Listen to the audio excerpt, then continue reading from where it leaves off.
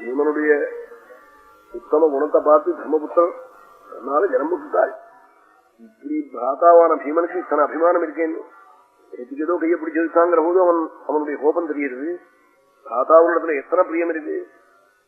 எங்க பக்கத்துல ஒரு பிராதாக்கு கஷ்டம் வந்துட்டு பாகம் பண்ணின குடும்பம் சமயம் தம்பிக்காக 40,000 ரூபாய் செலவிச்சார் அவனை மூட்டுண்டு வரதுக்கு.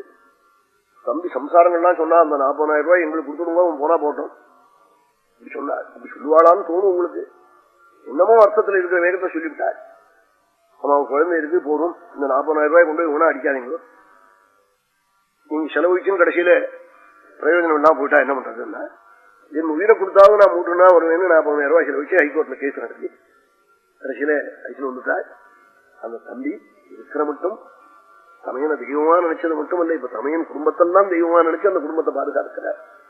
அவர் தமையன் போனதுக்கு அப்புறம் கூட என்ன இது மாதிரி ஐசில் வந்தாரு சொல்லி ஒரு போது அழுவ கதறுவது இது மாதிரி ஒரு பிராத்தா உண்டா பாகம் பண்ணிண்டாயிட்டு இப்படி பண்ணாங்கிறார்.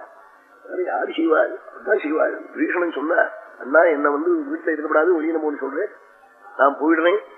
இந்த மந்திரிகள் பேச்ச கேட்டு நீங்க நம்பறேன் சீதையை விடப்படாதுன்னு. நாளைக்கு யுத்தத்துல அடிபட்டு நீங்க கீழே விழுந்தா மேல விழுந்து அழறவன் நான் தான். பாக்கி எல்லா பயிலும் ஊடி போயிடுவோம். உயிரோட இருந்தா இல்லைன்னா போச்சு. இருந்தான்னா வேற இடத்துல திவான் வேலை கிடைக்குமா மந்திரி வேலை கிடைக்குமான்னு பரப்பிட்டு மேல விழுறவன் நான் தான் அண்ணான்னு சொன்னார் விபீஷணன். அது மாதிரி உங்களை பார்க்க எனக்கு இஷ்டம் இல்லாததுனாலதான் இத்தனை சொன்னீங்கிறாய். அதனாலகம் பிராத்தாக்களை போல இனிமே இன்னுத்தனுக்கு அந்த அன்பு வருவோம் வரவே வராதுன்னு சொத்து போரும் விட்டாள்.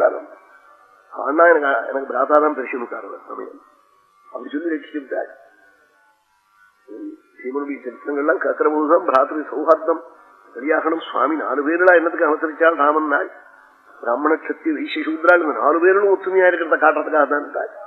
அவனா 5 பேரா வரப்படாதா 3 பேருக்கு 3 2 6 பேரா வரப்படாதா இல்ல 3க்கு 3 வரப்படாதா 4 வந்தாலே என்ன. அதனாலதான் சௌப்ராத்திருக்கம் புத்திகரம் ராமாயணம் கேட்டா என்னன்னா பிராத்தாக்கள் ஒத்துமையா இருப்பார். சௌப்ராத்திருக்கம் புத்திகரம் சுபஞ்சான் நித்திய கல்யாணமா இருக்கும்னா கடைசியில போய் வரஸ்வதி சொல்ற போது வால்மீகி சொன்னார் எல்லா க்ஷேமும் கிடைக்குங்கிறாள்.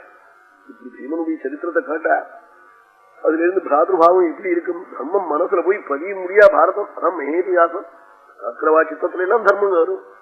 ஸ்திரீகளிடத்துல எப்படி இருக்கணும் ஸ்திரீகள் தாப்பப்படலாமா அவளை எவ்வளவு பெருமையா வைக்கணும் எல்லாம் இதுல இருந்து வெளியாகும் பாரதத்திலிருந்து.